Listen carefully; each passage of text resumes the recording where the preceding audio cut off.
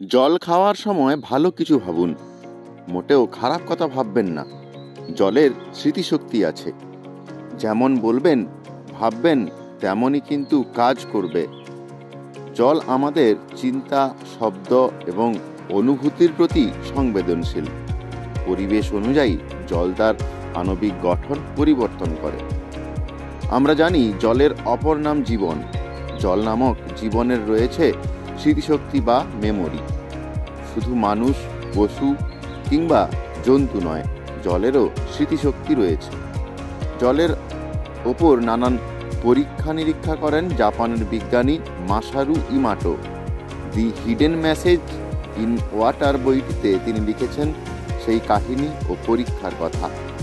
তিনি এই বিষয়টি স্পষ্ট করেন যে জলের স্মৃতিশক্তি আছে। জলকে যেমন বলা হবে, জল তেমনই আকার নেবে। দুটি পাত্র জল নিয়ে পরীক্ষা করেন তিনি।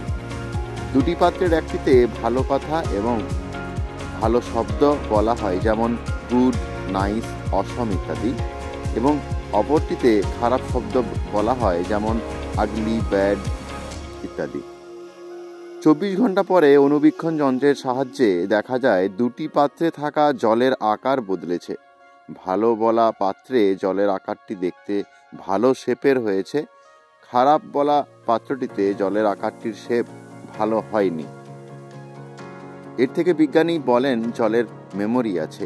আপনাকে ভালো বললে যেমন মন ভালো হয়, খুশি খুশি হয়, আবার খারাপ বললে যেমন মন খারাপ হয়, মুড খারাপ হয়, তেমনি জলের ক্ষেত্রেও হয়।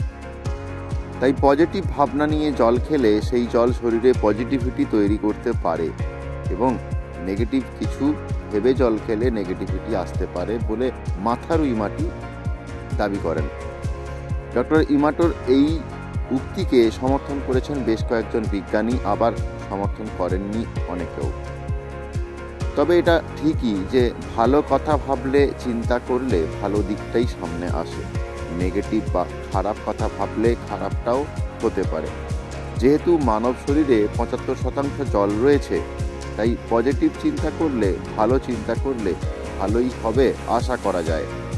ডক্টর মাসারু ইমাটোর এই পরীক্ষা উপলব্ধি মানা না মানা অবশ্যই ব্যক্তিগত, তবে সায়েন্টিফিক কারণ অনুযায়ী বিশেষ তিথি বা সময়ে মহাকাশ থেকে আসা রশ্মি জলে অণু, পরমাণু তৈরিতে সাহায্য করে।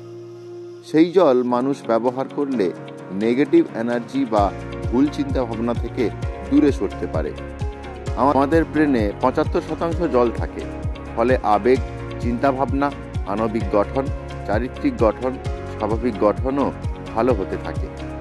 কারণ মহাবিশ্ব থেকে আসা রশ্মি জলকে ভালো আণবিক গঠন দেয়। পৌরাণিক কাহিনী অনুসারে যে 4 জায়গায় অমৃতের ফোঁটা পড়েছিল, তার মধ্যে প্রয়াগরাজের গুরুত্ব সবচেয়ে বেশি।